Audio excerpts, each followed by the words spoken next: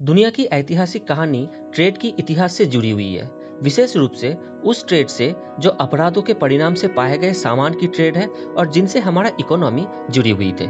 साधारण रूप से हम सोना, चीनी, रेशम, तेल और अन्य वस्तु की भूमिका को देखते हैं जो सिविलाइजेशन को जोड़ने में, समाज को समृद्ध करने में और लोगों की जिंदगी में महत्वपूर्ण है।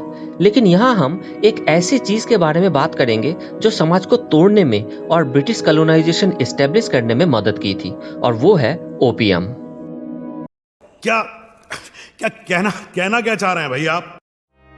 फरवरी 1793 चाइना के ब्रिटिश एम्बेसडर जॉर्ज मैकार्टी ने ईस्ट इंडिया कंपनी के शिप हिंदुस्तान पर चढ़ाई की, एक विशेष यात्रा के लिए, जहां वो चाइनीज रूलर के पास जा रहे थे। इनका दो इरादा था।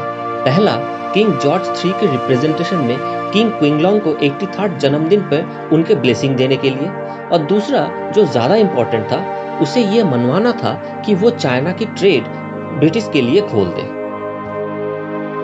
इससे जुड़ा था ब्रिटिश की चाइनीज चाय के प्रति आदत और लगाव। अंग्रेजों ने चाय से पहली मुलाकात 1650 में की थी, जब उन्हें इसे पहली बार पेश किया गया था। लेकिन लिखने वाले थॉमस मैनुअल अपने किताब में लिखते हैं कि उसके उच्च श्रेणी में 19वीं सेंचुरी की शुरुआत में चाय पर लगाए गए टैक्स 10% तक ब्रिटिश के कुल रेवेन्यू का हिस्सा था, जो एक अद्भुत स्थिति थी। ब्रिटेन में चाय की बढ़ती हुई इच्छा ने उसके भुगतने की स्थिति के लिए एक मुश्किल स्थिति खड़ा कर दी थी। चाइनीज सिर्फ अपने चाय के बदले सोने की व्यापार करने में रुचि रखते थे, और 18वीं सेंचुरी के अंत तक ब्रिटिश खजाना सोने की कीमती धातु से तेजी से खाली हो रहा था। मैकार्टनी का उद्देश्य चाइना में व्यापार के लिए दरबार करवाना था, जहां ब्रिटेन के पास एक विशाल रेंज की उत्पादन थे।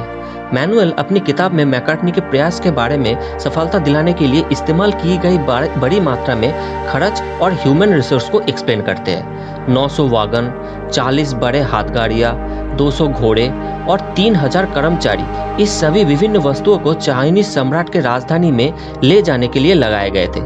इसमें दूरबीन, बैरोमीटर, गाड़ियाँ, गर्म हवा बैलून, तलवार, वस्त्र, पिस्तौल और बहुत कुछ शामिल था। लेकिन सम्राट को इम्प्रेस नहीं कर पाया, और उन्होंने फैसला पर जिद रखकर कहा कि उन्हें ब्रिटिश उत्पादनों की कोई जरूरत नहीं है। मैकार्टनी को एक असफलतापूर्ण यात्रा के अंत में इंग्लैंड लौटना पड़ा। ब्रिटिश को मजबूरी थी कि एक ऐसा उत्पादन ढूंढे कि जो चाइनीज के लिए आकर्षणजनक हो। इस समय उन्होंने भारत की ओर देखा, ताकि वो एक ऐसा उत्पादन ढूंढे जिससे चाइनीज मजबूर होकर खरीदे, चाहे उनके इसके इच्छा हो या ना हो। इस उभरते हुए ओपियम ने उन्हें मदद की। ये पॉपी प्लांट से पाए गए ओपियम, जो या तो चबाया जा सकता था, या धुआं दिया जा सकता था, या पिया जा सकता था, और ऐसी लट छोड़ा कि एक बार इस्तेमाल शुरू किया तो वापस लौटना मुश्किल हो जाता था। जैसे कि मैनुअल बताते हैं, 18वीं सेंचुरी के दौरान ब्रिटिश ने बंगाल और बिहार की खेती को पूरी तरह से ओपियम प्रोडक्शन की मशीन्स में बदल दिया। उनके दलालों ने टी के बदले में ओपियम को चाइना में बिना अनुमति के स्मगल करने लगे, और एक ही पल में ब्रिटिश ने अपने खजाने को भरने लगते देखा। महान ओपियम ट्रायंगल का निर्माण हो गया था। ब्रिटिश दुनिया के इतिहास में चल रहे सबसे लंबी चलाने वाली ड्रग डील को संभाल रहे थे। मैनुअल लिखते हैं, वो जानबूझकर चाइना और भारत के लोगों को नशे में धकेल रहे थे, जबकि अपनी देश में ओपियम के इस्तेमाल के खिलाफ कानून बना रहे थे। ब्रिटिश की ओपियम ट्रेड ने इकोनॉमिक्स के नेचर को ही बदल दिया।